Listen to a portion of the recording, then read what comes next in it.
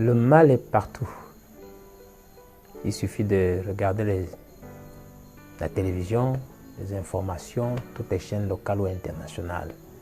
C'est des massacres d'enfants, des catastrophes naturelles, des bombes qui explosent, des gens décapités à tel point qu'on se pose la question de savoir quand est-ce que cela va finir.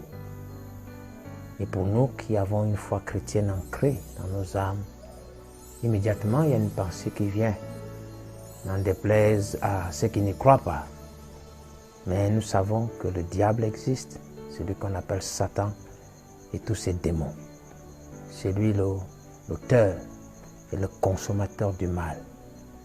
Quand on essaie d'y réfléchir, d'y penser, d'où est-ce qu'il peut venir?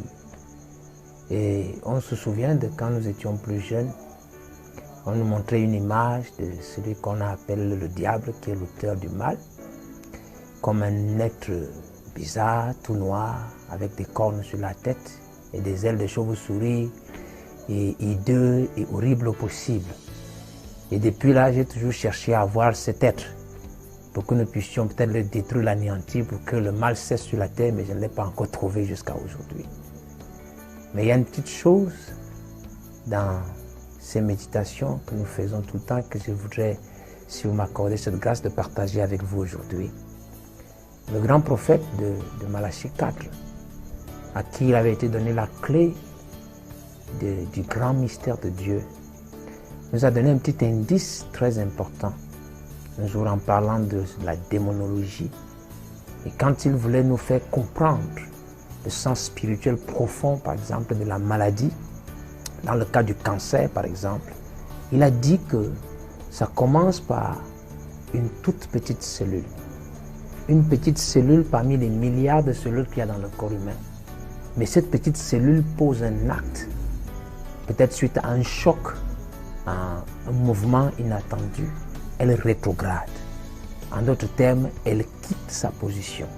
La place telle que Dieu l'a connue, dès qu'elle la quitte, c'est à ce moment-là qu'une nouvelle chose entre. Et c'est là que commence la maladie. C'est là que commence le chaos pour notre santé. C'est là que commence le désordre. Quand une toute petite cellule quitte sa position. Voilà ce qu'est le diable. Et quand nous regardons dans la Bible, il nous est parlé dedans dans Ézéchiel au chapitre 28, à partir du verset 12, que je vous recommande de lire véritablement profondément dans un esprit de méditation. On nous présente cet être qu'on appelle aujourd'hui Satan et le diable. Paradoxalement, on le présente comme un être qui marchait au milieu des pierres précieuses. On dit qu'il mettait le sceau à la perfection, qu'il était parfait en beauté. Il était doté d'une grande sagesse. Donc c'était une perfection. Mais Dieu l'a placé quelque part. Et qu'est-ce qu'il fait qu'il devienne le diable aujourd'hui?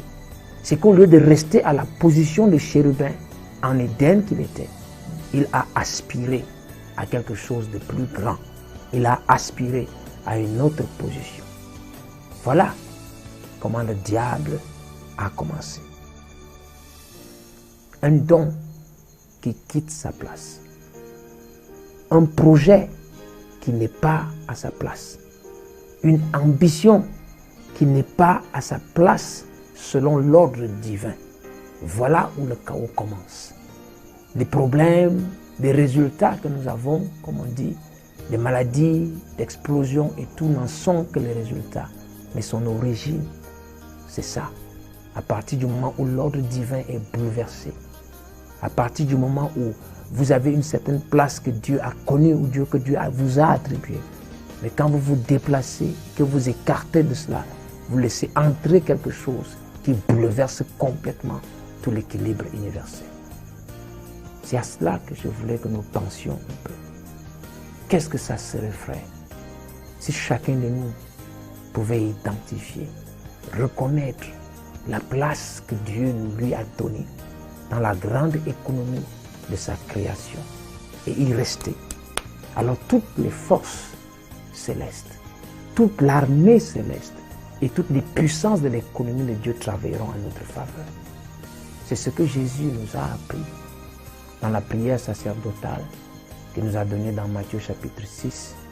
Et il disait, quand on lui a demandé qu'il nous apprenne à prier, il a dit, quand vous priez, c'est un modèle qu'il nous a donné. Dites, notre Père qui es aux cieux, que ton nom soit sanctifié, que ton règne vienne, que ta volonté soit faite sur la terre comme au ciel. Et quand nous observons même dans le ciel naturel, nous voyons que chaque étoile est à sa position. Le soleil ne quitte pas son orbite. La lune ne se déplace pas.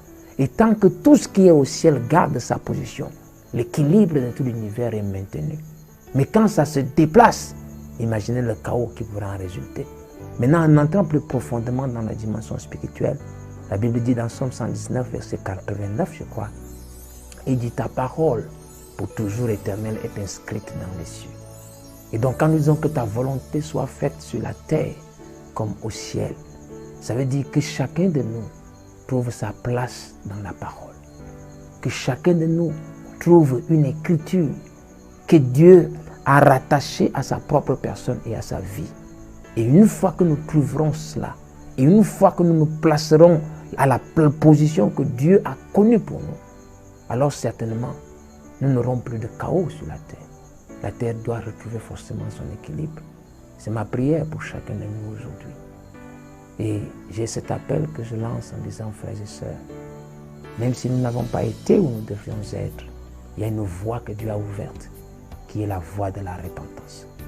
Et par cette voie, nous pouvons reformater toutes choses et retrouver notre position d'origine. Puissions-nous y être et que sa grâce nous accompagne. Que Dieu vous bénisse tous et à nous retrouver, s'il plaît au Seigneur, la semaine prochaine. Shalom.